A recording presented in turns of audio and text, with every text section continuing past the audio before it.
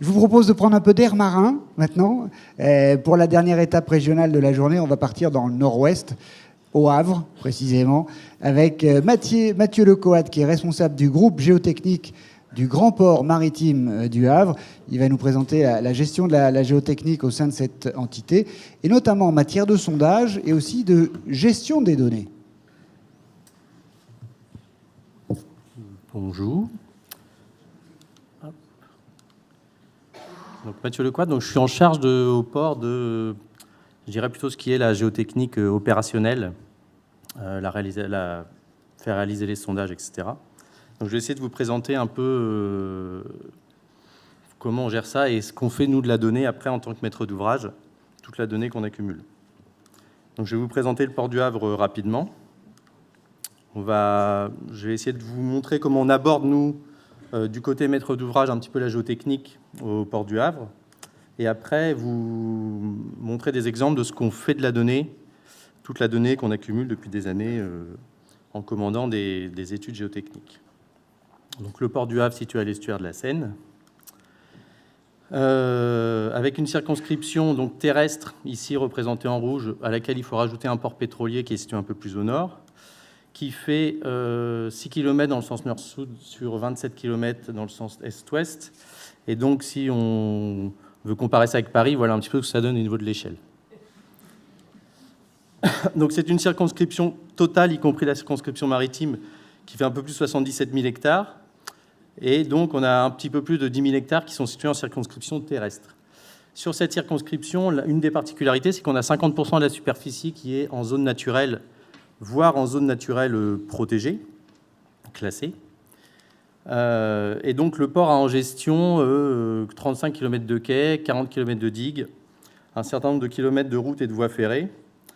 Et donc, on a accueilli à peu près 6 000 navires en 2017, dont les plus gros porte-conteneurs qui transportent plus de 20 000 conteneurs, et un trafic total de 72 000 tonnes. Et on a quasiment atteint notre objectif de 3 millions de conteneurs qu'on a un peu en ligne de mire depuis quelques années. Pour ce qui concerne la géotechnique, j'ai la chance de travailler pour un maître d'ouvrage qui voit la géotechnique comme un investissement, ce qui n'est pas le cas chez tous les maîtres d'ouvrage.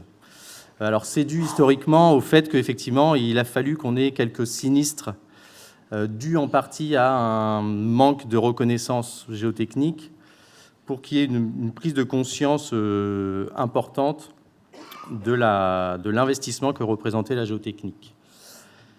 Donc, en moyenne, ça représente une centaine de sondages par an. Et sur les 10 dernières années, 8 millions d'euros ont été investis dans la géotechnique au port du Havre. Donc, que ce soit en reconnaissance en site nautique ou en reconnaissance terrestre.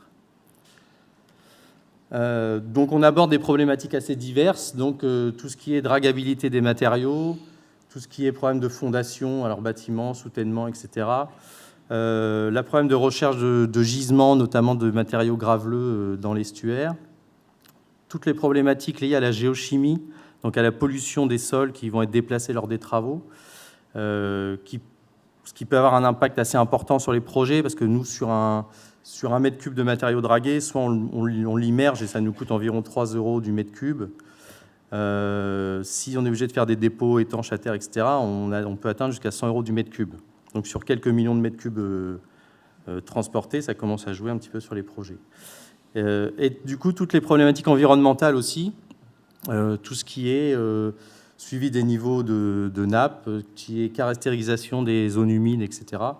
Comme on a 50% de la surface qui est en zone naturelle, on a un enjeu là-dessus sur la définition de la connaissance de ces zones naturelles, disons. Donc, quelques particularités qui sont présentes dans l'estuaire. Donc, c'est la présence de plusieurs aquifères, notamment certains qui sont fortement influencés par les niveaux de marée, des argiles surconsolidées en profondeur et aussi une nappe de matériaux sur ces argiles surconsolidées à forte granulométrie. Donc, c'est un matériau qu'on a un petit peu de mal qui nous pose quelques soucis au niveau de la caractérisation pour ce qui est prélèvement, essais en labo, etc.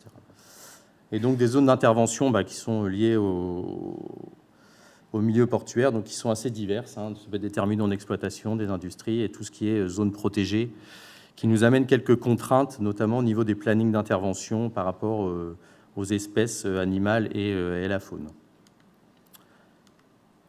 Donc la géotechnique au port, donc elle est gérée par une cellule géotechnique, quoi, entre guillemets, de 3 personnes.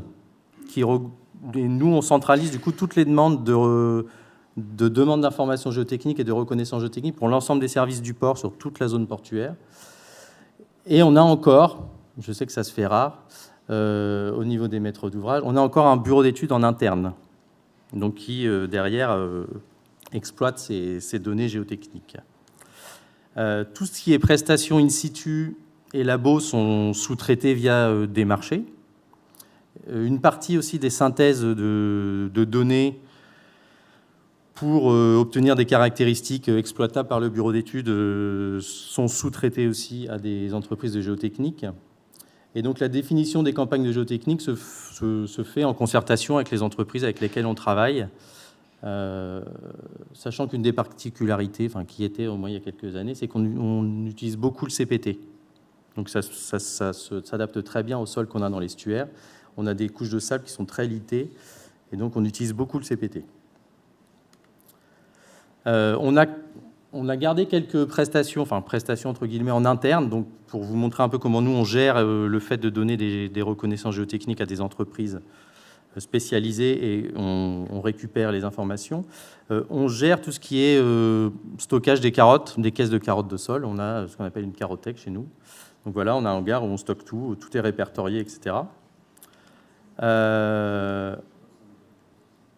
On archive toute la donnée géotechnique, bien entendu, qu'on commande et tous les résultats qu'on obtient. Et on essaye, c'est ce qu'on va voir un petit peu le focus un peu en dernière partie, on essaye d'en faire quelque chose, nous, à notre niveau de maître d'ouvrage, de valoriser cette donnée. On réexploite une partie des données pour les resynthétiser ou les synthétiser, et du coup, avec l'aide du bureau d'études, tout ce qui est dimensionnement des ouvrages pour les solutions de base des marchés, etc., sont faites en interne. Et on a en propre la gestion d'un réseau de suivi des niveaux piézométriques sur l'ensemble de la zone portuaire. Donc là, je vais vous montrer un petit peu plus précisément ce qu'on fait de la donnée qu'on accumule, entre guillemets. On accumule quand même pas mal de données au fur et à mesure des campagnes géotechniques qui sont réalisées. Et on essaye du coup de la valoriser, de ne pas juste avoir des rapports et des sondages et de mettre ça dans des cartons, dans des placards, quoi. Donc actuellement, on a un peu plus de 4300 sondages qui sont en base de données, dont les premiers datent de 1904. Donc tous ces sondages sont cartographiés dans un SIG. Donc chaque petit symbole correspond à un type de sondage. Donc les ronds rouges, c'est des sondages carottés. Les petits triangles verts, ce sont des CPT, donc etc. Donc tous les 4300 sondages sont répertoriés et géolocalisés en X, Y et en Z, c'est important. Chaque sondage a un numéro unique. Et donc, derrière chacun de ces sondages sont rentrées un certain nombre d'informations, comme le type de sondage, le numéro du sondage, etc., les cotes du bedrock, si le bedrock a été atteint, les profondeurs, les dates de réalisation, etc. Et tout ça nous permet après, du coup, d'avoir une exploitation de la donnée via notre outil, qui est pour l'instant notre outil principal de gestion de la donnée géotechnique, qui est le SIG. Ça nous permet aussi d'aller un peu plus loin dans les exploitations et notamment de tracer des courbes de niveau par grands horizons géologiques identifiés. Donc sur la zone portuaire, donc ZIP, c'est zone industrielle-portuaire. Sur la zone portuaire, on a 118 piézomètres qui sont implantés, donc encore existants physiquement, et on en a 61 qui sont instrumentés en continu. Donc ça, c'est les 61 piézomètres qui sont instrumentés. Et donc, je vais vous montrer quelques exemples un peu basiques de ce qu'on peut faire avec la base de données qu'on a montée depuis toutes ces années. Donc là, on peut effectivement visualiser sur une zone la base de données des sondages géotechniques, et on peut, par exemple, filtrer pour n'avoir que les sondages carottés. D'accord ? Après, on peut avoir que les sondages carottés à partir d'une certaine date, d'une certaine profondeur, etc. Et puis, effectivement, en zoomant, on a les numéros qui apparaissent, et en cliquant sur le numéro, on a la coupe du sondage donc, qui apparaît automatiquement. Une autre fonctionnalité qu'on utilise beaucoup, c'est rechercher l'historique de certaines zones par rapport à ce qu'on a dans les sondages géotechniques anciens. Notamment superposer la base de données géotechnique avec une photo aérienne ancienne, donc qui sont aussi répertoriées et géolocalisées dans notre SIG. Et donc ça permet de n'afficher que les sondages qui étaient existants à l'époque de la photo. Ça nous permet des fois de comprendre pourquoi certains sondages ont des codes de début en terrestre, alors que maintenant on est à des codes de -15 sous l'eau. Voilà, on voit les zones qui ont été draguées, qui ont été remblayées, etc. Donc ça nous permet de faire des corrélations avec tout ça. Et donc on peut effectivement également tracer des courbes de niveau. Là, c'est sur la couche des graves de fond.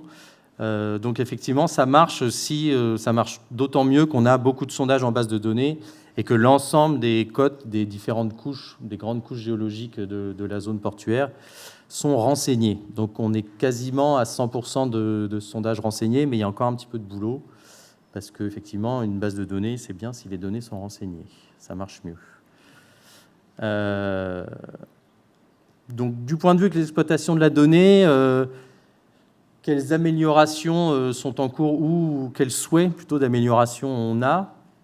On voudrait donc renforcer tout ce qui est lien entre le SIG, la gestion électronique des documents, parce que derrière tous ces sondages-là, il y a des rapports de sol, des rapports de sondage, etc., des rapports d'essais en laboratoire. Et le lien n'est pas encore très clair entre tout ça pour aller rechercher facilement l'ensemble de la donnée. Donc c'est un travail qui est en cours et qui, j'espère, aboutira assez rapidement. On est en train d'essayer de voir pour exploiter, comme il existe certains logiciels, exploiter les données CPT que l'on a en base de données avec les ABAC, notamment de Robertson. Donc de voir comment on peut faire quelque chose, une exploitation un petit peu globale sur certaines zones de la zone portuaire. Ça, c'est quelque chose qu'on aimerait bien faire, donc on verra si on a le temps. Créer une base de données de tous les essais pressiométriques qui sont disponibles sur la zone portuaire. Donc pour l'instant, on a un petit peu un tableur avec les valeurs des essais par profondeur et par différentes couches qui sont rentrées, mais on ne sait pas encore exactement ce qu'on va en faire au niveau de l'exploitation, quoi. Ce n'est pas encore très clair. Et puis, un petit peu l'utopie, ce serait d'aller visualiser tout notre sous-sol en 3D. Donc ça se fait de manière locale, mais d'avoir un petit peu une vision globale du sous-sol de la zone portuaire, une imagerie un petit peu parlante. Donc on verra, techniquement ça doit être faisable, après voir au niveau de la réalisation. Et puis on a mis en place, on a créé une base de données d'exploitation des résultats des essais en laboratoire, parce que derrière tous les sondages qui sont en base de données, effectivement, il y a tous les sondages carottés où la plupart ont fait l'objet de prélèvements d'échantillons et d'essais en laboratoire. Et donc, on a essayé de mettre en place une base de données statistique, c'est peut-être un bien grand mot, sur tous ces essais en laboratoire. Donc, par grands horizons géologiques, de pouvoir ressortir des graphiques qui nous donnent des valeurs un petit peu fourchettes, caractéristiques, des fractiles, etc. Donc, je vais vous montrer quelques exemples. Donc là, très bien. Donc, par exemple, sur la couche de nos sables gris verts, là, donc on peut très bien soit prendre qu'une zone géographique, ou soit l'ensemble des essais qui sont disponibles, des essais de laboratoire disponibles dans cette couche des sables gris verts, et donc sortir une synthèse comme ça, avec, dans un premier temps, tous les paramètres d'état, avec les différents fractiles, moyennes, etc. L'ensemble des courbes granulométriques des échantillons qui ont été analysés dans cette couche. Alors après, on peut sélectionner certains échantillons, on peut faire des fuseaux, etc. Et puis, donc on a fait le même travail pour tout ce qui est essais triaxiaux. Donc ça nous permet de voir les grandes tendances. Et puis, le but, après, c'est d'avoir une facilité et un lien avec notre SIG pour pouvoir facilement circonscrire une zone géographique sur laquelle on va avoir ces statistiques de laboratoire. Je vous remercie. Merci.